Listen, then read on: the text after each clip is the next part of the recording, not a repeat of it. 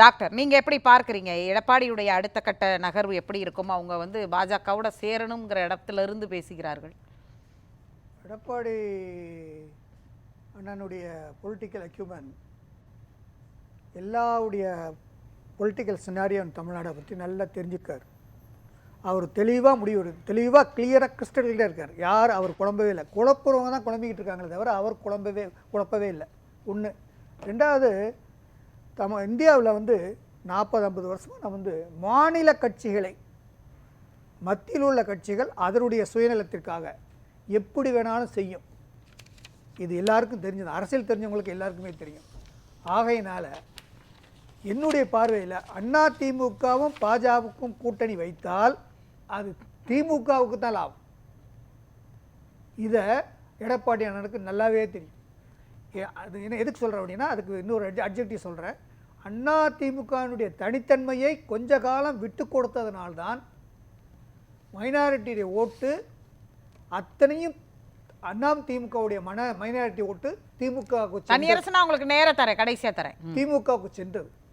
அந்த தவறை இன்றும் செய்யக்கூடாது என்று உணர்ந்து அந்த பொலிட்டிக்கல் கெயினை திருப்பியும் படணும். நம்முடைய இண்டிவிஜுவாலிட்டி, அதிமுகவுடைய இண்டிவிஜுவாலிட்டி நாம் தக்க வைக்க வேண்டும் என்றுதான் சுதாரித்து கொண்டு தன்னுடைய காலில் தெளிவான சிந்தனையில் மற்ற விமர்சனங்களுக்கும் விவாதங்களுக்கும் இடம் கொடுக்காமல் ஒரு நேர்கோட்டில் சென்று கொண்டிருக்கின்றார்.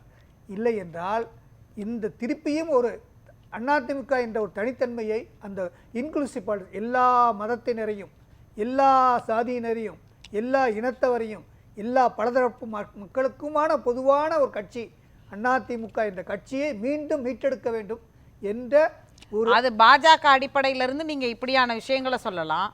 அதிமுகக்குள் ஒன்றிணைவது, அமமுகவை ஒன்றிணைப்பதோ அல்லது வி.கே. சசிகலாவை அவர்களை ஒன்றிணைப்பதுங்கிற இடம் வருது இல்ல, இவர்களெல்லாம் ஒன்றிணைக்கிற இடம் தானே இப்ப குருமூர்த்தி குறிப்பிடுறதும். அதுதான் எஸ்பிஎல் சுட்டி சொன்னேன். மத்தியில் உள்ள ஆட்சி அது நல்லா இருக்க வேண்டும் என்றால் மாநிலத்தில் யார் நோஞ்சாங்கன்னு இருக்கிறார்களோ அல்லது யாரை அசைக்க முடியுமோ அதை எப்படி பிளவுபடுத்தவிடும் என்பதை 40-50 ஆண்டுகள் நடந்து கொண்டிருக்கின்றது. இதை எனக்கு தெரிந்தவருக்கு, நமக்கு தெரிந்தவருக்கும் போது அரசியல் கட்சி தலைவருக்கு நன்றாக தெரியும். அவர்கள் பாடம் கற்றவர்கள், அனுபவித்தவர்கள். 4.5 ஆண்டு காலம் மத்திய அரசினுடைய பிரஷருக்கு அனுபவித்தவர்கள், அவர்களுக்கு தெரியும்.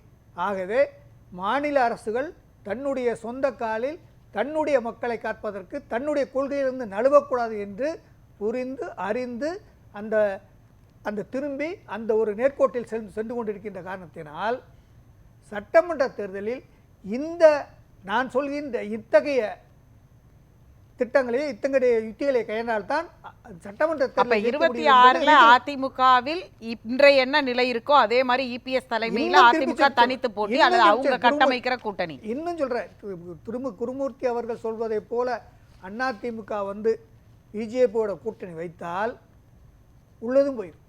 அது திமுகவுக்குத்தான் சாதகமாக அமைந்துவிடும்.